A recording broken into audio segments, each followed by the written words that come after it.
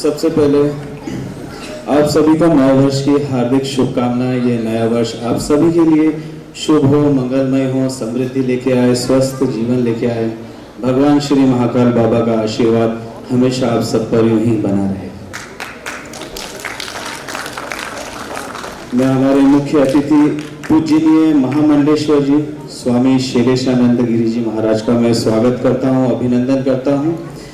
मैं आपको बताना चाहता हूं कि गुरु जी से मैं पिछले 25-30 सालों से जुड़ा हुआ हूं। विद्यार्थी विकास परिषद जो कार्यालय था वहां मैं जाता था। आप सबको मैं बताना चाहता हूं, ये बहुत अच्छे चित्रकार हैं, क्रिकेटर बहुत अच्छे हैं, अभिनेता हैं, मध्य प्रदेश राजनीतिक दल के प्रवक्ता हैं, छात्र नेता रह चुके हैं, ये बहुत अच्छे शिक्षक हैं और उससे कहीं ज्यादा एक बहुत अच्छे, बहुत बड़े इंसान हैं। मैं मेरे परम आदरणीय गुरु बालकृष्ण शर्मा सर का स्वागत करता हूं, अभिनंदन करता हूं। ये संस्कृत के प्रचंड विद्वान हैं और विक्रम विश्वविद्यालय के पूर्व कुलपति रह चुके हैं। आदरणीय सर से मैं पिछले 15 वर्ष पहले मिला था।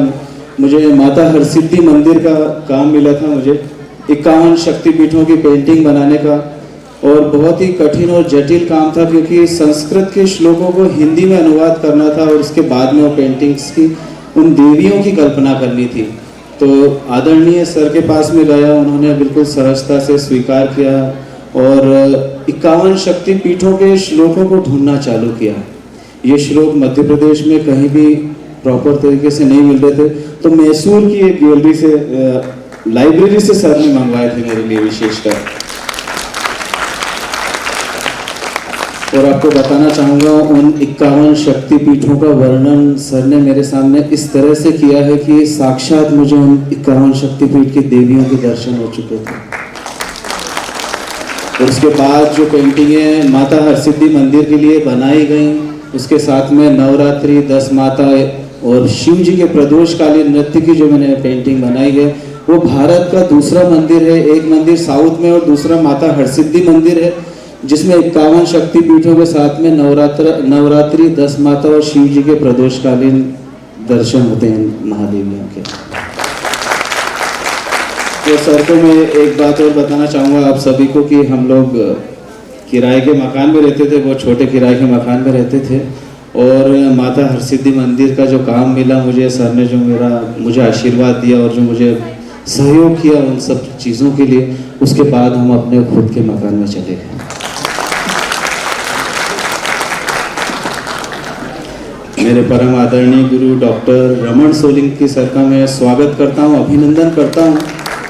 मैं आप सबको बताना चाहता हूं कि पीएचडी की पढ़ाई सर ने मुझे कराई है, और आप सबको एक चीज़ पता होनी चाहिए कि एक जो शिक्षक होता है उससे कहीं ज़्यादा वो गुरु भी होता है। गुरु होना एक बहुत बड़ी बात है क्योंकि वो पढ़ाई के साथ साथ में अपने विद्यार्थियों को जीवन जीना सिखाता है कि आपको किन कठिनाइयों का भविष्य में सामना करना पड़ेगा पढ़ाई करने के बाद में। वो चीज़ें सर ने मुझे सिखाई और हर कठिन परिस्थितियों से लड़ना उन्होंने मुझे सिखाया है। नहीं तो और सबसे बड़ी महानता ये है कि पीएचडी करने के लिए विद्यार्थी अपने गुरु के आगे नतमस्तक हो जाते हैं और छोड़ देते हैं या कुछ भी। मेरे जैसे विद्यार्थी, मैं 4 बार पीएचडी छोड़ चुका हूँ। आदरणीय सर ने मुझे बहुत समझाया, बहुत आग्रह, मतलब इस तरह से मुझे समझाया और मेरा मार्गदर्शन किया कि मैं डॉक्टरेट हो गया और आज आपके सामने हूँ और शिप्रा महाविद्यालय यहाँ से शुरू हुआ।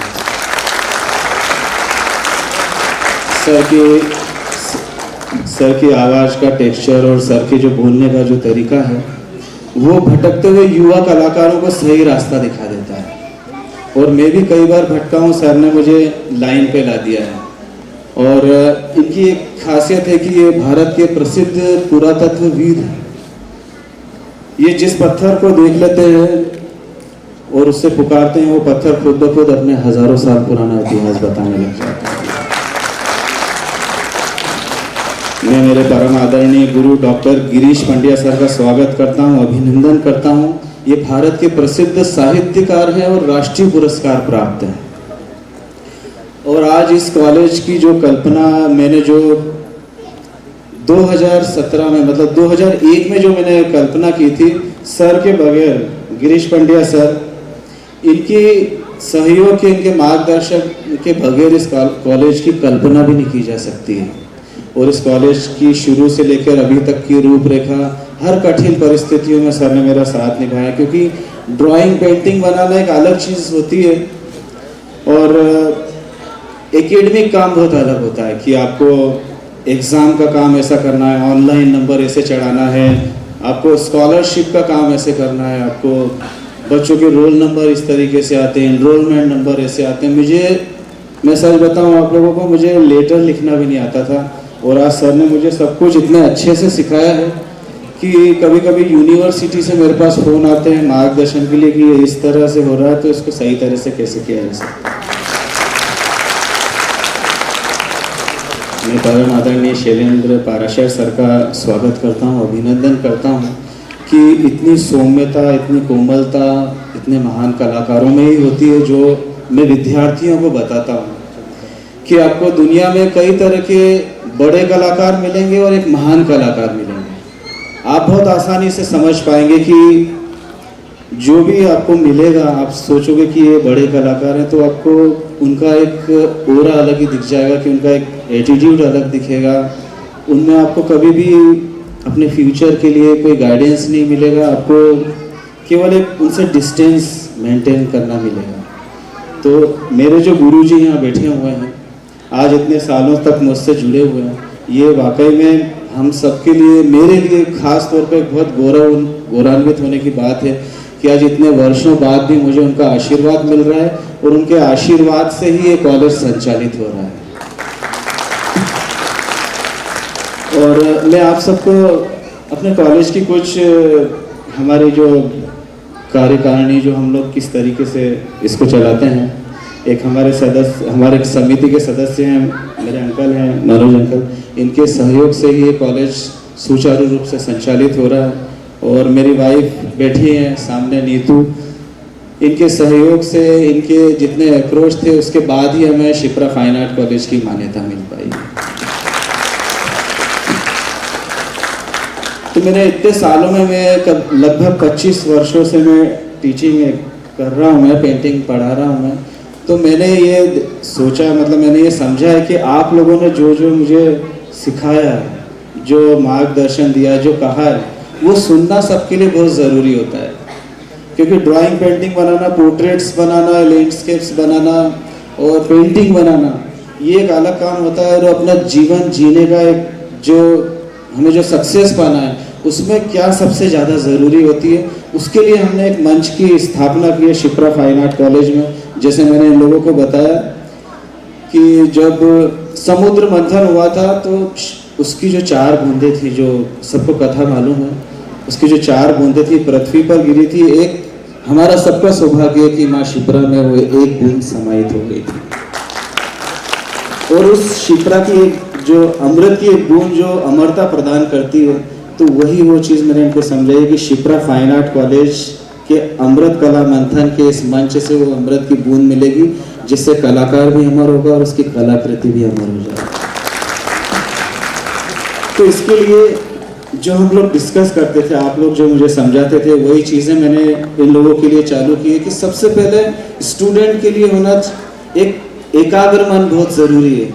क्योंकि आज हम लोग देखते हैं कि बच्चे घंटों तक मोबाइल की तरफ देखते रहते हैं। आप दूर से देखेंगे तो लगेगा कि वो एकाग्र होकर बैठा हुआ है, लेकिन मोबाइल के अंदर पूरी दुनिया को वो देख रहा है, तो उसका मन एकाग्र नहीं है, क्योंकि एक एक सेकंड में उसका मन विचलित हो रहा है। तो सबसे पहले हमने उनको मोबाइल से दूर कर दिया। कॉलेज में जितने भी बच्चे आते हैं, सबके हम मोबाइल अलग रखवा देते हैं। उसके बाद में इनका मेडिटेशन शुरू होता है, ताकि वो अपने आप को सबसे पहले समझ पाए कि हम क्या हैं, हमारे माता पिता ने हमारे लिए क्या सपने देखे हैं और हमें किस मुकाम को हासिल करना है, और जो कॉलेज में एक्टिविटी चल रही है क्या वो हमें वाकई में इस मुकाम तक ले जाएगी। तो इसके लिए सबसे ज़्यादा ज़रूरी है ध्यान योग करना। हमने कॉलेज में ध्यान और योग दोनों कराते हैं, ताकि बच्चे फिट रहें और मानसिक तौर पर भी फिट रहें। और साथ में माइक एक्टिविटी बहुत ज़रूरी है, जो मैं आपके सामने बोल रहा हूँ। मैंने पिछली बार भी बोला था कि 2 लाइन भी बोलना बहुत मुश्किल हो जाता है, इतने सारे लोगों के सामने, विद्वत जनों के सामने बोलना बहुत मुश्किल होता है, कॉन्फिडेंस लो हो जाता है। तो इसके लिए हमने कॉलेज में माइक एक्टिविटी शुरू की है, और जिसके अंदर हमने नैतिक आचरण रखना, नैतिकता की चीज़ें आपको ढूंढ करके लाना है, किताबों में ढूंढना है, ग्रंथों में ढूंढना है, और अपने माइक पे से उसको प्रेजेंट करना है, ताकि वो जितनी चीज़ें ढूंढेगा उतना ही उसका माइंड शार्प होता जाएगा, और माइक पे जब बोलेगा वो तो बहुत सोच समझ के बोलेगा, और जिससे उसकी आदत हो जाएगी हमेशा सोच समझ के बात करने की। तो ये कि नैतिक आचरण के लिए ये चीज़ें हमने करी थी कि अपने त्योहारों को भी समझे, वो अपने धर्म को समझे, ताकि अपने परिवार के साथ धर्मों के जो त्यौहार हैं इनको परिवार के साथ अच्छे से गुजारे, उसको अच्छे से मनाए और उससे यादगार बना पाए। ग्रुप एग्जीबिशन की एक चीज़ हमने इसमें ऐड करी है कि कहा जाता है कि उज्जैन में स्कोप नहीं है पेंटिंग का, चित्रकारी करने का, केवल बस ये है कि क्लास डाल दी, अपना कहीं भी टीचिंग में लग गए तो एक आर्ट में आ गए।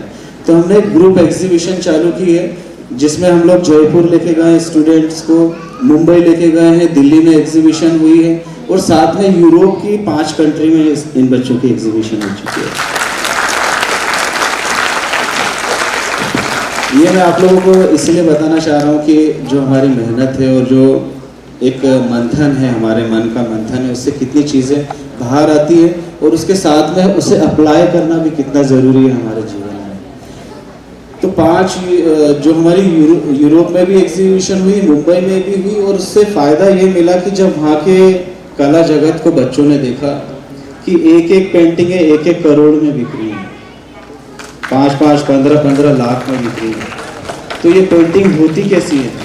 क्योंकि यहाँ से इंटरनेट से हम देखेंगे कि 1 लाख की पेंटिंग है तो वो समझ में नहीं आएगी, जब आप फेस टू फेस उस पेंटिंग को देखेंगे तो वो पेंटिंग समझ में आएगी। तो काफ़ी बच्चों के दिमाग इसमें खुले हैं, और बच्चों ने सोलो एग्जीबिशन भी लगाना चालू किए हैं, जिसमें पुनीत कदवाने यहाँ बैठे हुए हैं, शिवानी सोलंकी है यहाँ पर, और अनीता शर्मा है जो गाँव से निकल के आई थी। इनने सोलो एग्जीबिशन लगाई और 3.5 लाख रुपए की इनकी पेंटिंग है सेल में।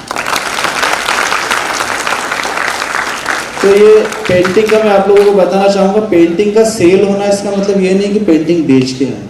पेंटिंग के सेल होने का मतलब ये है कि उनकी कला की यात्रा शुरू हो गई है। तो ये 40-50 साल के बाद एक कलाकार का माइंड परिपक्व होता है, जब वो अपने आप को समझता है और अपने आप को कैनवास पे उतारता है। लेकिन यहाँ के विद्यार्थी 20-22 साल की उम्र में परिपक्व हो गए हैं और अपनी मन की कल्पनाओं को कैनवास पे उतारते हैं और उसे एग्जीबिट करते हैं।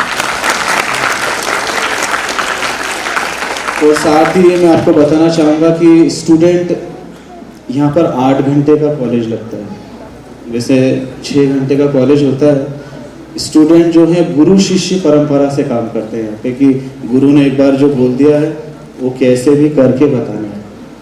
तो जब हम लोग वर्ल्ड रिकॉर्ड हमने देखा कि किसी ने वर्ल्ड रिकॉर्ड बनाया किसी ने, तो हमने देखा कि हाँ ऐसा बनाया।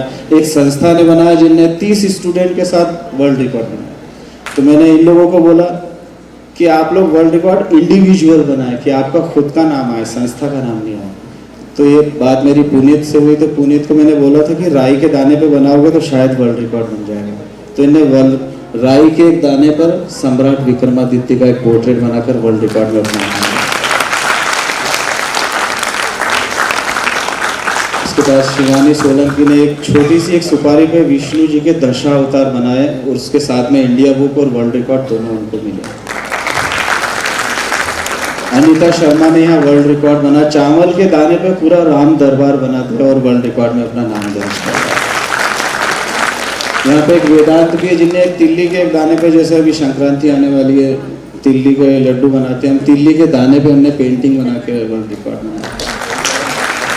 बहुत सारे वर्ल्ड रिकॉर्ड हैं, जैसे पोस्ट कार्ड के ऊपर 500 फिगर बना, जिसमें हम 500 वर्ड नहीं लिख पाते, उन्हें 500 स्केचेस किए हैं जो भगवान शिव की बारात की हैं, उसमें उनको वर्ल्ड रिकॉर्ड मिला है नितिन परिहार से। और शिप्रा फाइन आर्ट कॉलेज एक ऐसा एक कॉलेज बन गया पूरे मध्य प्रदेश में जहां पर 12 वर्ल्ड रिकॉर्ड होल्डर एक साथ पढ़ते हैं। और साथ ही थ्योरी के लिए भी बहुत यहाँ मेहनत की जाती है। प्रिंसी मैडम है, शिवानी मैडम है, यहाँ थ्योरी बच्चों को अच्छे से एक्सप्लेन करने में लगे रहते हैं कि बच्चे ड्राइंग पेंटिंग्स तक सीमित नहीं रहे, अपने सब्जेक्ट को भी बोल के दिखाएं, उसमें भी अच्छे नंबर लेके आए, जहाँ भी जाएं वो अच्छे से एक्सप्लेन करें।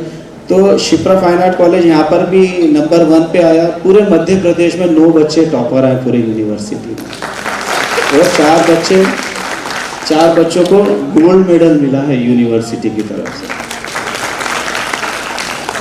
और ये खास बात है, मैं खुद पढ़ाई में इतना अच्छा नहीं था, मैं पढ़ाई में कमज़ोर था, सर मुझे जानते हैं। तो मैंने अपनी कमज़ोरी को अपने बच्चों की ताकत में देखा है कि ये ताकत होना चाहिए। जो असफल इंसान होता है उसके विद्यार्थी ही सफलता दिलाते हैं। तो मैं आप सभी अभिभावकों का भी बहुत बहुत स्वागत करता हूं, अभिनंदन करता हूं कि आपने हम पर विश्वास किया, शिप्रा महाविद्यालय पर विश्वास किया, आपने अपने बच्चों का यहाँ एडमिशन कराया। और हम भी पूरी ताकत लगाएंगे, पूरा जितना भी हमारे अंदर जो ज्ञान है या जितने भी एक्सपर्ट्स यहाँ आते हैं उन सबको लेकर के आएंगे कि आपके बच्चों का सर्वांगीण विकास हो सके और वो उज्जवल भविष्य बना सके। एक चीज़ और मैं घोषणा करना चाहता हूँ कि हजारों वर्ष पूर्व, लगभग 6000 साल हो गए हैं, कृष्ण जी उज्जैन में आए थे, शिक्षा ग्रहण करी थी महर्षि सांदीपनि जी के आश्रम में। तो हम लोगों ने महर्षि सांदीपनि जी का आशीर्वाद लिया है, अभी जाकर के कृष्ण जी का आशीर्वाद लिया है। तो नए सेशन से हम ये शुरू करेंगे कि जो 51 शक्तिपीठ, 64 कलाओं का जो एक दौर खत्म हुआ कृष्ण जी के जाने के बाद, तो शिप्रा महाविद्यालय मुझे लगता है भारत का पहला महाविद्यालय होगा जहाँ ड्राइंग पेंटिंग के साथ में 64 कलाओं का भी अध्ययन कराया जाए। इससे विद्यार्थियों का सर्वांगीण विकास होगा और भारत एक बार फिर से विश्व गुरु कहलाएगा। बहुत बहुत धन्यवाद। बहुत बहुत